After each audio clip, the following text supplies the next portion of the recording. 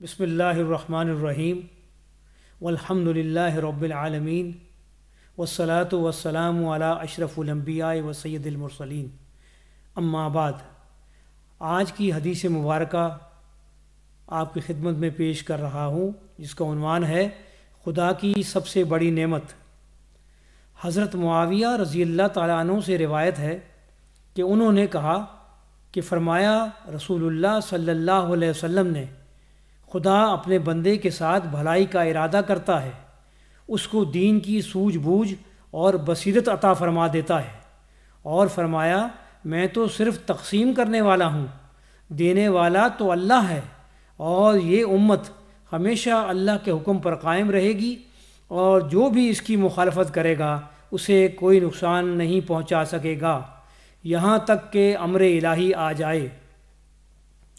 یہ مختصر حدیث انتہائی جامع ہے۔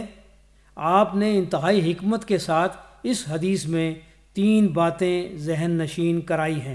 نمبر 1، خدا کی سب سے بڑی نعمت دین کی بصیرت ہے۔ نمبر 2، رسول جو کچھ پہنچاتے ہیں وہ خدا ہی کی طرف سے ہوتا ہے۔ نمبر 3، یہ امت قیامت تک حق پر قائم رہے گی۔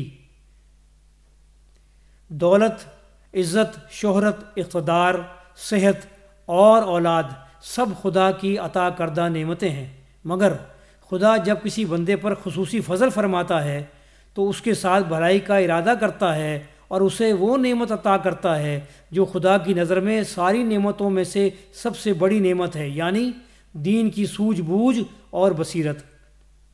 دین کی سوجھ بوجھ یہ ہے کہ آدمی دین کی منشا اور روح کو سمجھے، دین کا مزاج شناس ہو، اور ہر طرح کے نرم و گرم حالات میں دین کی صحیح تعمیل اور نمائندگی کر سکے۔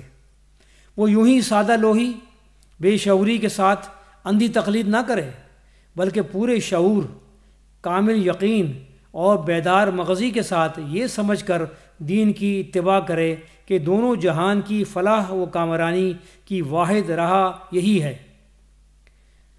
دینی بصیرت کی نعمت سے خدا جس بندے کو نوازے، وہ اس بنیادی تعلیم کو ہمیشہ پیش نظر رکھے کہ رسول صلی اللہ علیہ وسلم جو کچھ پیش کرتے ہیں وہ ان کی اپنی ذاتی فکر کی پیداوار نہیں ہے، بلکہ سب کچھ خدا کا دیا ہوا ہے۔ اس بنیادی تعلیم کا ایک فائدہ تو یہ ہے کہ آدمی رسول کی صحیح حیثیت کو ہمیشہ یاد رکھے گا، وہ کبھی بھی عقیدت کے غلو کا شکار ہو کر رسول صلی اللہ علیہ وسلم کو خدا بنانے کی گمراہی میں مبتلا نہیں ہوگا۔ دوسرا فائدہ یہ ہوگا کہ وہ دل و جان سے رسول صلی اللہ علیہ وسلم کی اتباع کرے گا، اس لیے کہ ہدایت کا سرچشمہ خدا ہی کی ذات ہے، اور خدا کی ہدایت پانے کا ذریعہ خدا کے رسول ہی ہیں۔ یہ 2 حقیقتیں سامنے رہیں تو آدمی کبھی گمراہی کا شکار نہیں ہو سکتا۔ تیسری بات رسول اللہ صلی اللہ علیہ وسلم نے یہ بتائی ہے کہ یہ امت حق پر قائم رہے گی یہاں تک کہ امر الہی آ جائے، یعنی قیامت آ جائے۔